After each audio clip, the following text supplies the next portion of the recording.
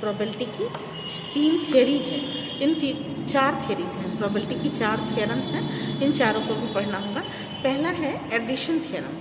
Addition क्या होता है? एडिशन थियरम, जब 2 म्यूचुअल एक्सक्लूसिव इवेंट्स एक साथ होते हैं और उनके बीच एक होता है कि एक घटना घटी, तो एक घटना घटी तो हमारा होगा कि ये P1 हो जाएगा, और करके होगा कि उसी के संग संग दूसरी घटना नहीं घटी, जैसे वो P2 हो जाएगा। फॉर एग्जाम्पल कि हम एक सिक्के को उछालते हैं तो हेड आएगा, हेड आना हमारा पॉसिबल है, या टेल आना हमारा पॉसिबल है, तो एक घटना घट रही है और एक घटना नहीं घट रही है। तो जब हम और शब्द का यूज करते हैं यानी कि या लगाते हैं तो इसका मतलब होता है प्रोबेबिलिटी। इसको कैलकुलेट करते हैं P1, P2, P3, इस तरीके से इसको कैलकुलेट करते हैं। ये एक घटना के घटने की जो P होगा वो ऐसे निकलेगा, और शब्द लगा होगा P = P1 + P2। जब और शब्द का यूज होता है तो इसका मतलब कि प्रोबेबिलिटी थियरी का एडिशन थ्योरम लगाना है।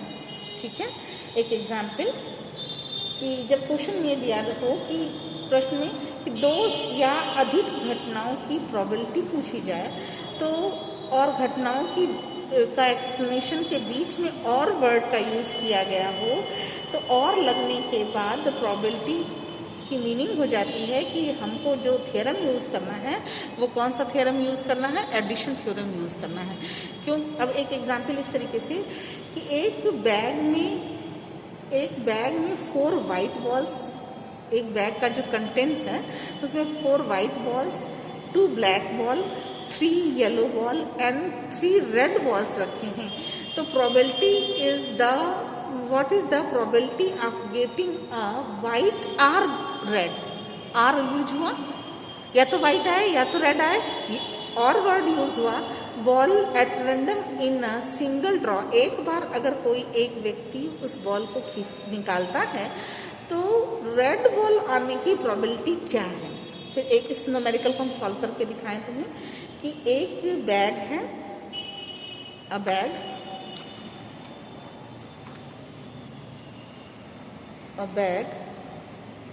in 4 balls, 4 white,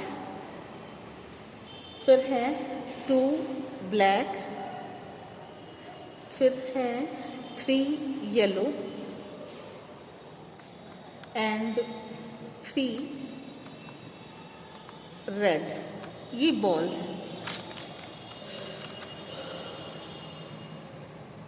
बॉल्स हैं।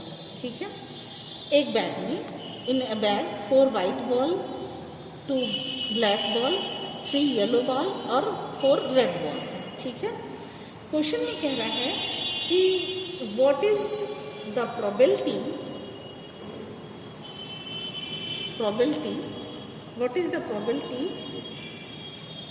getting a white or red, getting a white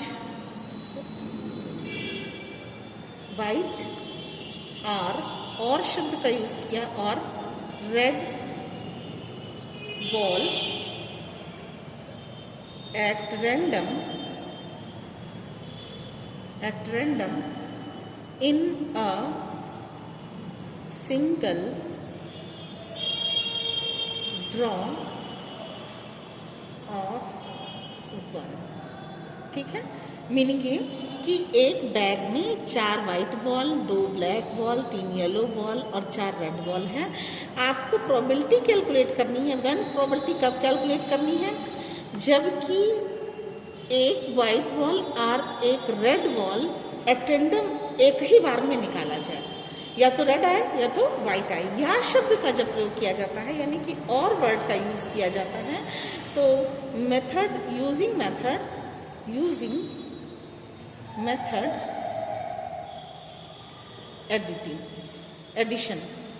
addition method use किया जाएगा। ठीक है, ये क्लियर है? Method addition. ठीक, इसको ऐसे निकालेंगे। एक वाइट बॉल आने की प्रोबेबिलिटी 1 वाइट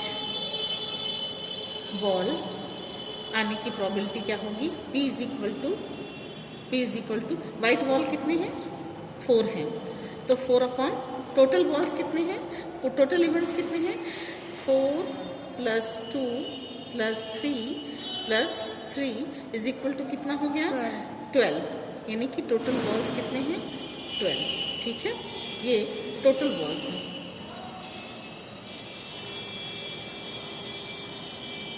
ठीक है, टोटल बॉल्स की प्रोबेबिलिटी, वाइट आने की प्रोबेबिलिटी, एक कोई वाइट आएगा तो 4/12 होगा, चारों वाइट होता तो 4/12 नहीं होता, तब 1/4 होता।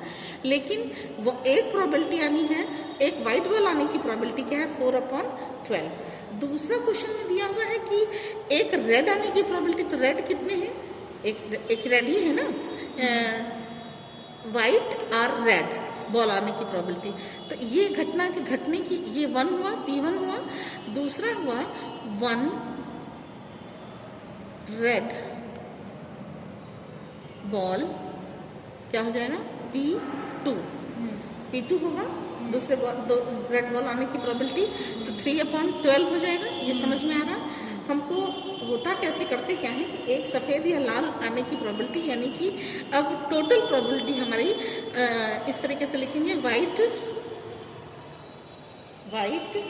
और रेड बॉल्स की प्रोबेबिलिटी क्या होगी, 1 वाइट और 1 रेड बॉल आने की प्रोबेबिलिटी होगी, P इज इक्वल टू होगा P1 + P2। क्लियर है ये? नेक्स्ट पन्ने पे जाइए, देखिए P1 ये है, P1 है हमारा, P1 क्या दिया हुआ है, 4/12 प्लस P2 क्या है बच्चों, 3/12। तो हम जैसे निकालते हैं वैसे प्रोबेबिलिटी कैलकुलेट कर लेंगे, 7/12।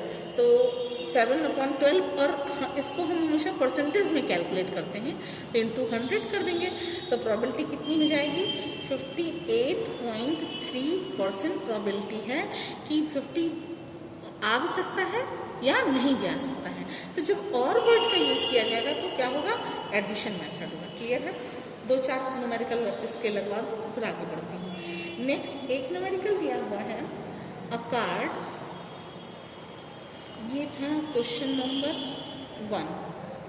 Question number 2, a card is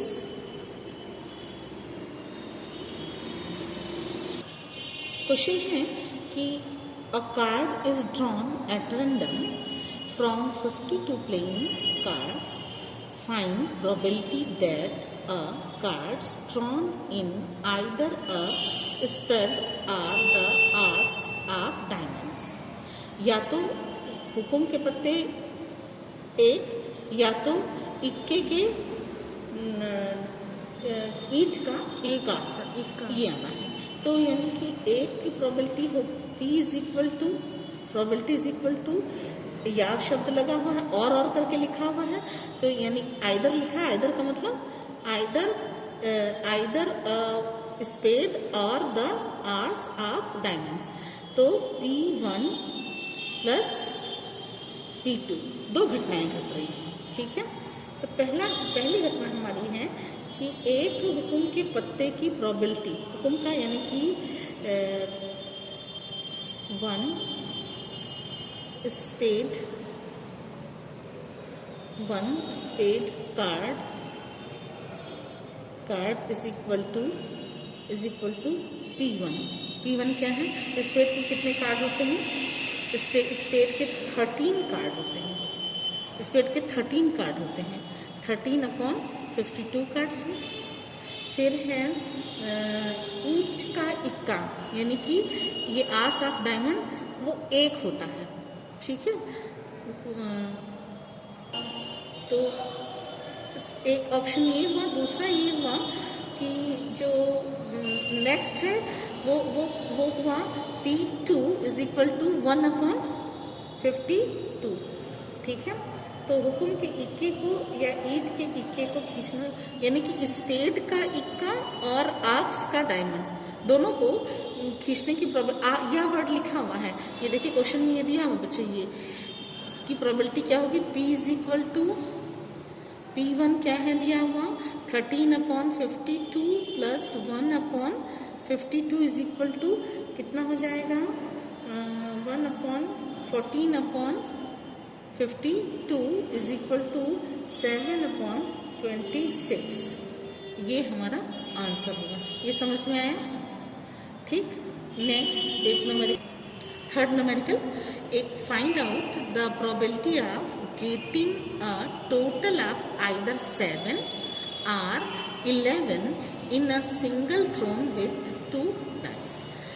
एक पासे को फेंका जाएगा तो फेंकने पर 7 या 11 का टोटल आने की, योग आने की प्रोबेबिलिटी क्या है। तो कहने का सेंस कि जब हम टोटल 7 टाइम्स अलग अलग 6 प्रकार से, यानी कि हमारे 6 वो होते हैं सिक्के, वो जो नंबर होते हैं वो 6 होते हैं, तो 6 आने की प्रोबेबिलिटी क्या है, अलग अलग सेपरेटली फेंकते हैं तो 6 आने की प्रोबेबिलिटी क्या है बच्चों, देखिए 7 आने की प्रोबेबिलिटी कैसे होगा, पहले या तो 1 आएगा, ठीक है, 1 और 6 आएगा, 2 बार फेंका हमने, 2 पासे हैं तो 7 हुआ, फिर यहाँ हो सकता है 2 और 5 आ सकता है, फिर 3 and 4 आ सकता है, फिर अब देखिए ये बढ़ता जाएगा और नीचे घटता जाएगा।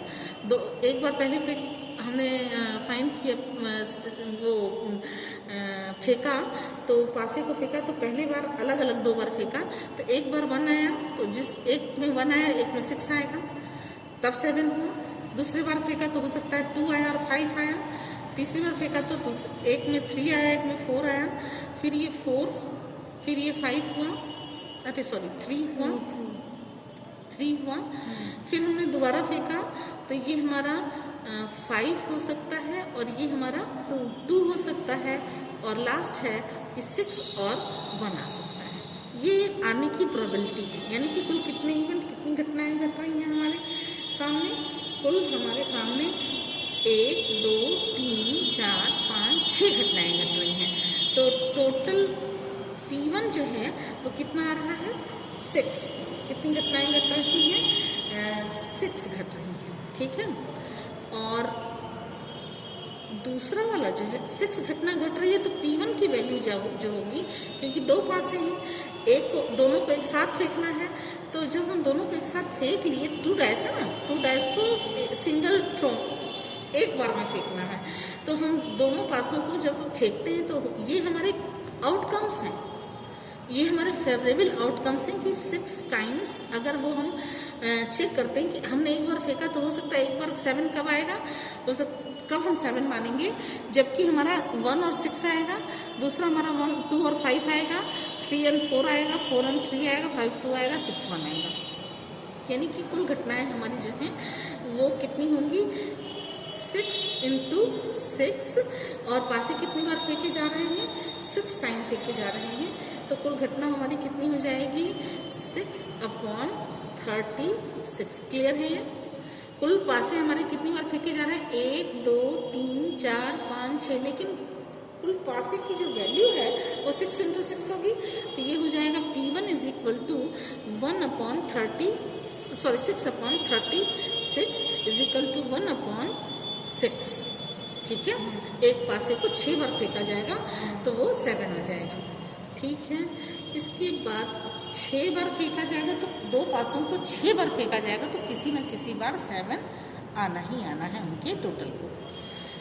नेक्स्ट है, ये हमारा P1 हुआ। नेक्स्ट क्वेश्चन में वो ये कह रहा है कि या 11 आने की प्रोबेबिलिटी क्या है, तो दो प्रकार से अगर फेंका जाएगा तो दोनों पासों को फेंका जाएगा तो 11 आने की प्रोबेबिलिटी, 11 आउटकम्स आर 11 आने की प्रोबेबिलिटी क्या है, तो 11 आने की प्रोबेबिलिटी एक पासे पर जब 5 आएगा और दूसरे 5 पे 6 आएगा तब प्रोबेबिलिटी 1 हुई। फिर इसके बाद इसकी दो ही संभावनाएं हैं, या तो 6 आएगा या तो 5 आएगा, और कोई संभावना इसकी नहीं कि 8 आया, 2 आया, 3 आया, ये संभावनाएं नहीं बनती हैं। केवल 2 संभावनाएं बन रही, एक या 5 या 6 या 6 एंड 5, यही 2 प्रोबेबिलिटी बन रही हैं, इसकी 2 संभावनाएं बन रही हैं। तो ये क्या हो जाएगा, ये हो जाएगा 2/36, क्योंकि कुल घटनाएं कितनी घट रही हैं, 6 × 6, 2 पासों की वैल्यू जो होती है वो 6 × 6 यानी कि 36 हो गया। तो ये 2/36, ये हमारा जो आ रहा है 11/2 है। 11 एक पासों को फेंकने की प्रोबेबिलिटी, इस पासे को फेंकने की प्रोबेबिलिटी P2 है। तो फॉर्मूला होता है P probability P1 + P2, clear है। तो P1 की वैल्यू कितनी आई है हमारी 1/6, और इसकी वैल्यू आई है +1/18, 1/18 होगा। तो टोटल = हो जाएगा 1/18 होगा ना, 1/18 करो, या इसको इस तरीके से भी कर सकते हैं हम,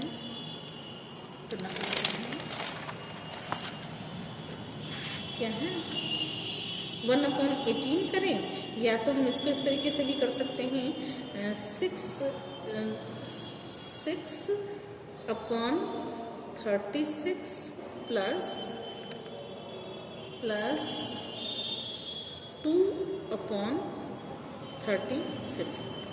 36 को हम लोगों ने एलसीएम ले लिया, कॉमन ले लिया, तो ये हो जाएगा 6 + 2 = 8/36, इजी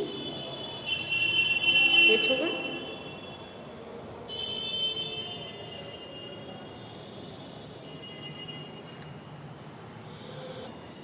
ये तो तब यूज़ किया जाएगा जबकि हम लोगों को पता है कि एक पासे में 6 होता है, हम लोगों को पता है कि अगर 7 आने की प्रोबेबिलिटी है तो दोनों पासे को फेंका जाएगा, तो 6 बार फेंका जाएगा, तब जाकर के 6 आउटकम्स कॉम्बिनेशन बनेंगे, तब जाकर के हमारा आएगा 7, किसी एक बार 7 आएगा, ये एक पॉसिबिलिटी है। इसी तरीके से जब 11 में कोई 2 संभावनाएं होंगी जिसमें कि 6 आएगा तो 11 आएगा।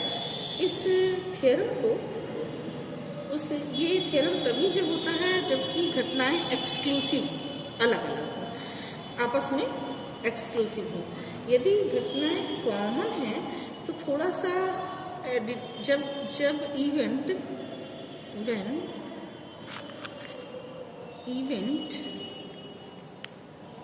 इज कॉमन और कॉमन ही मान, जब घटनाएं इंक्लूसिव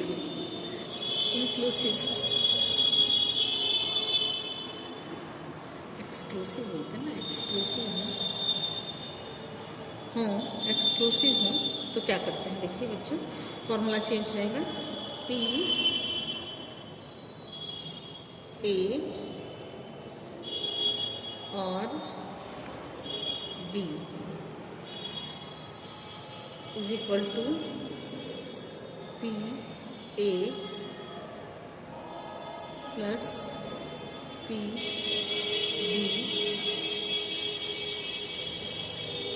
- P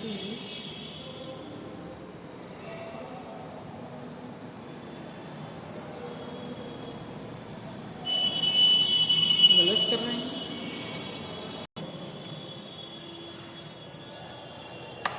5 के उसमें जब होगा, 5 के मल्टीपल फॉर्म में होगा, तो 5 मल्टीपल फॉर्म ऑफ 5, यहाँ पे मल्टीपल लिख लेना,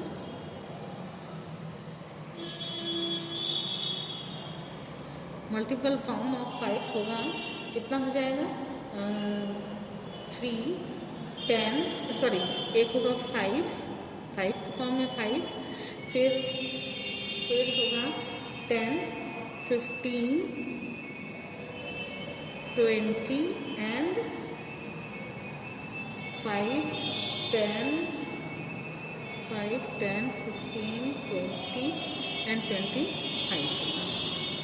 यही 15 का 5 का फॉर्म होगा, मल्टीपल फॉर्म यही होगा, ठीक है। तो कितने फॉर्म हो जाएंगे 1 2 3 4 5, तो 5 फॉर्म भी हो जाएंगे इसके।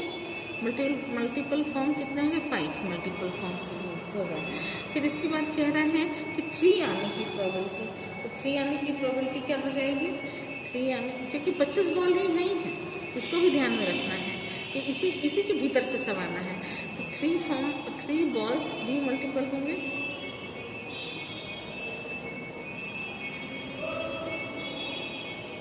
न्यूमेरिकल मल्टीपल फॉर्म में होगा तो ये हो जाएगा, पहले तो 3 आएगा, फिर इसके बाद मल्टीपल फॉर्म 6 होगा, फिर इसके बाद 9, 12, 15। मल्टीपल फॉर्म का मतलब ही होता है कि 3 के 3, 3 6, 3 3 9, 3 6 12, 3 3 का बीच में डिफरेंस दिया हो, जो डी की वैल्यू है डिफरेंस जो है वो 3 3 का दिया हो, 18, 21, 21, 24। ठीक है, ये क्लियर है। इसके बाद क्वेश्चन में कह रहा है कि या तो ये हुआ हमारा, इसका मतलब ये हुआ हमारा मल्टीपल फॉर्म 5 का जो मल्टीपल फॉर्म हुआ 5/25, और इसका हुआ 3/24, 3/23 होगा। 1 2 3 4 5 6 7 8, 8 अपॉन, इसका होगा 8/23, 24